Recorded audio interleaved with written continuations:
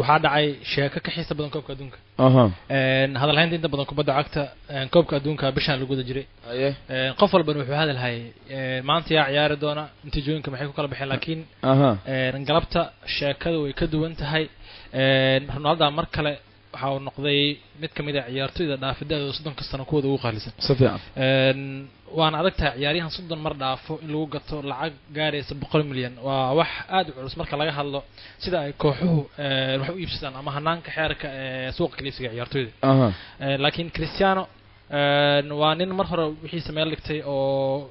marka laga tago faa'iidada loogu qabo garoonka dhexdiisa ay ka badan tahay faa'iidada loogu qabo garoonka banaankiisa iyo sida ay dhaqaale uga sameyn karaan kooxaha kubadda cagta ee qaaradda Yurub iyo soo kala dunida si fiican maxaa la isweydiinayaa hadda marka la fiiriyo heshiiskan uu dhamaaday oo waa la soo gabagabeeyay Juventus waxa leeyahay deelku ugu fiican ay sanadkan sameeyso noqday Juventus maxay ka faa'iidaa ciyaartooyda da'dooda 30 ka weyn in sanad walba ay la wareeg runtii horta waxyaabaha qaar Juventus laba arrin ba faa'iido ugu jiri kartaa markaan ka hadalno horta Cristiano arintiisa Cristiano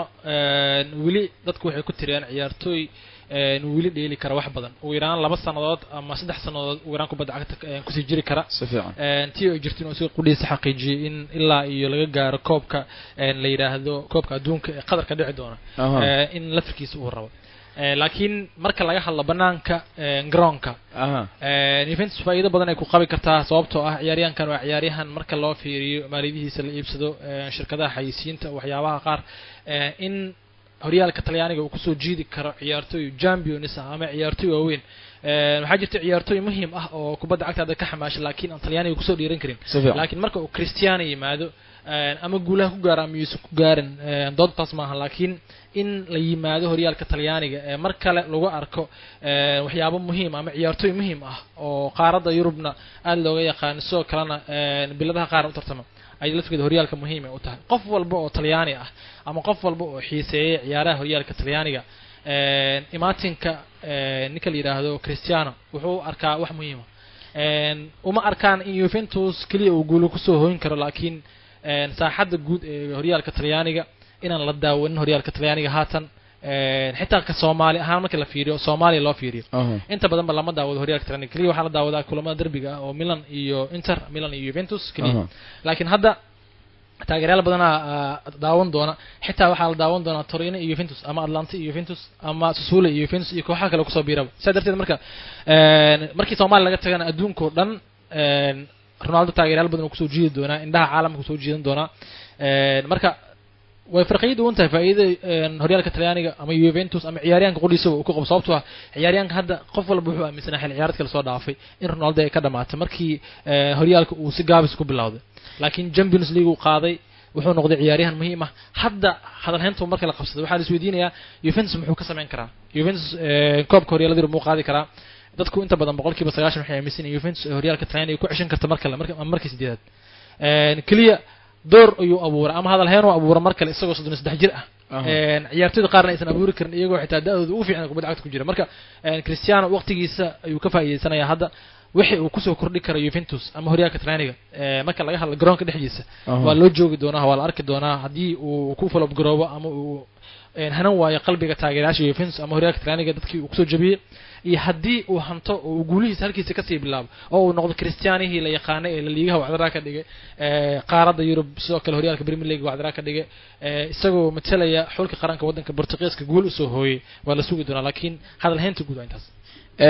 waxaa sidoo kale isweydiinaya Shardino booskaas yaa buuxin kara Madrid marka la fiiriyo ay ku bedeli kartaa horta Madrid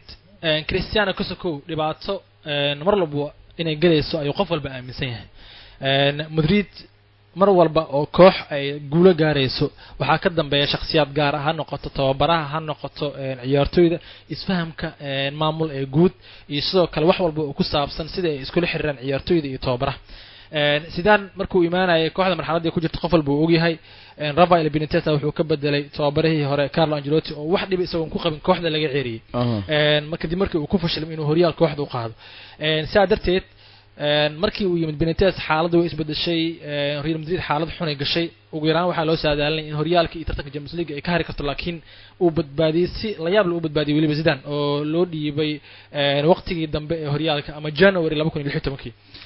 isfahamkii Ronaldo ayraade Zidane iyo ciyaartoydiisa waxay dhalisay in 3 Champions League xiriir ay qaadaan Real Madridna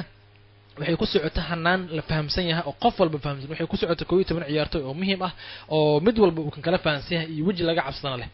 laakiin Zidane bixitaankiisa horta walwal badan ay abuurtay ka soo Cristiano sababtoo ah macallin cusub ay yimid oo Julian Lopetegui lama oga waxa uu la imaan doono ciyaartoyda uu aamini doono lama oga Isco iyo Vasquez iyo Asensio mar kale ku qanci doona kursiga kaadka ee laftirkeeda waa su'aal kale oo taagan maadaama ay kooxo badan xiise ka helayaan Liverpool doonaysa Vasquez iyo Asensio laftirkooda Isco Man City oo xiiseynaysa marka waxyaabo la isweydiinayo ay ahayd markii horeba markii uu yimid Julian ciyaartoyda daafaca dambe waa kuwa da Marcelo sidoo kale ninka yiraahdo Ramos Dani Carvajal wadnuhu ka xanuunsan yahay waa ciyaartoy inta badan la isku helin karo sababtoo ah fasalka hadda la soo dhaaf inta badan haafka dambe ma uusan ciyaar Ordiozola la soo wareegeen oo saxiix fiican oo ciyaartoy muhiim ah oo wax walba ku soo kordhin kara kooxda da'yar Spanish ah fahamsan horyaalka wadanka Spain laakiin isbedel badana ay kooxda u baahan tahay marka la fiiriyo qadka dhexe waxay haystaan Modric oo ah ciyaaryahan shaqo badan kooxda wax badan u soo horo laakiin ku jira da'da looga hawlgabilay kubadda cagta markii loo fiiriyo inuu yahay ciyaaryahan 30 iyo dhowr jir ah sidoo kale marka weerarka laga hadlo dhaleeceen badan Karim Benzema u timid waxa la isweydiinayaa ma aamini doona Julian Lopetegui ciyaaryahan Benzema sida uu Zidane u aaminsanaa waa ciyaaryahan farqi abuuro ciyaaryahan fiican oo xulka wadanka Faransiiska u baahnaan lahaa xilligan laakiin hadda su'aalaha ka taagan in la aamini doono Gareth Bale sheekadiisa su'aalaha ka taagan hadii uu boos joogto heli doono iyo hadii uusan heli doonin waqtiga uu Julian Lopetegui hayo sidoo kale booska uu Cristiano baniyo ay laftirkeeda Real Madrid waa koox brand ah oo adduunka dhan aad looga yaqaano sumcad fiican leh taageerayaal badan leh dhaqaale fiican leh qof walba waa muhiim inuu sugo bedelka Cristiano ama Neymar ha ahaado ama Mbappe ha ahaado ama Eden Hazard ha ahaado waa inay keentaa ciyaaryahan muhiim oo taageerayaasha lagu iluusiyo Cristiano sababtoo ah ciyaaryahankan boos weyn uu ka baxay qalbi badan oo la tagay ciyaartoy badan inay niyad istaan muhiim ah marka hadii la keeno ciyaartoy muhiim ah sida Eden Hazard oo mid farqi abuuri kara oo ciyaartoy muhiim ah kana mid ah kuwa ugu wanaagsan ee qaaradda hadda ama la keeno Neymar Junior oo wali dood ay ka taagan tahay sida uu hogaamiye u noqon karo ama Kylian Mbappe oo da'ir ah isla markaan waqti badan laga faa'iideysan karo taasi horta ku xiran tahay Maxamuud in la ogaado wajiga ay Real Madrid yeelan karto laakiin sida guud Real Madrid 80% waxa laga shaki qabaa inay isla jaan qaadi weyso marka laga hadlo culayska Cristiano marka laga hadlo sida uu yahay ninka la yiraahdo Lopetegui wajiga uu ku soo kordhin kara kooxda Barcelona is xoojinaysa oo sidii ah wali horyaalka liiga ku guuleystay iyadoo hal kulan kaliya laga adkaaday Arthur keensatay ciyaartoy kale wali sii doonayso oo rabtay inay isdhisto Atletico Madrid oo Thomas Lemar keensatay oo laftirkeeda weer holac ku soo gali doonto Griezmann iyo Diego Costa haysata marka Madrid hadii kulamada ugu horeeya horyaalka ee dhibaato la kulantay Madrid waa taqaanaa waa koox inta badan cadaadis badan u saaran yahay hadii kulan guul dareysto xataa taageerayaasheedu aysan wax ay sameyn karaan nasiina oo ay dhaleeceen doonaan ciyaaryahan walba ama ku orin doonaan tababaraha ama ciyaartoyda Cristiano ku dhacday dhowr Gareth Bale ku dhacday Benzema ku dhacday marka waxyaabahaas oo is urursaday Madrid xaaladeeda waxa la sugi doonaa sida raganimada leh ee uu Julian Lopetegui u badbaadiyo kooxda moral ahaan u dhiso iyo sida ciyaartoyda imaan doonta kooxda ugu yaraan looga faa'iideysto ay kooxda ula jaan qaadaan marka Madrid xaaladeeda waa xaalad u baahan in la sugo ilaa iyo inta uu ka bilaabanayo xilli ciyaareedka iyo sida geesnimada leh uga bixi karto laakiin xaaladeeda ma fiicna waxaa la isweydiinaa ugu dambeyn kulankii El Clasico xifaaltanka Messi Ronaldo iyo Real Madrid iyo Barcelona runtii horta meeshaas waxaa ka furan boos fiican Cristiano baxay ciyaaryahan kale oo Messi la tartama in la helo ayaa macquul ah Hazard waa inta badan ambiladaha ka soo muuqan masaxida waa inaan ka soo muuqan wali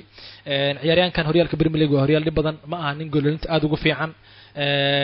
waa ciyaaryahan mar walba sameeyay kala duwanaansho marka uu koox ka soo horjeedana dhibaatooyin badan ku abuuri kara laakiin awoodiisa goolineed waa mid yar maadaama uu joogo horyaal dhib badan oo ay adag tahay in gool badan laga dhaliyo saasoo ay tahay haddii Hazard uu yimaado kooxda kubadda cagta ee Madrid runtii hadalhaynta way sii socon doontaa lama ogi Cristiano wuxuu sameyn doono laakiin su'aalo waa mid meesha taagan haddii Cristiano uu waqtigiisa wax inta qaato kooxda Juventus Champions League uu hogaamiyo maybe in xitaa weli bartiisa uu sii joogo oo ugu yaraan uu saameyn yeesho laakiin ani xifaaltanka El Clasico inuu lumayo lama ahan sababtoo ah Madrid iyo Barcelona cadaawada ka dhaxeysa waa wax ka weyn Cristiano iyo Messi waana wax ka weyn hal ciyaartoy ama laba ciyaartoy Ramos wili jooga Isco wili taagan kaliya waxay muhiim tahay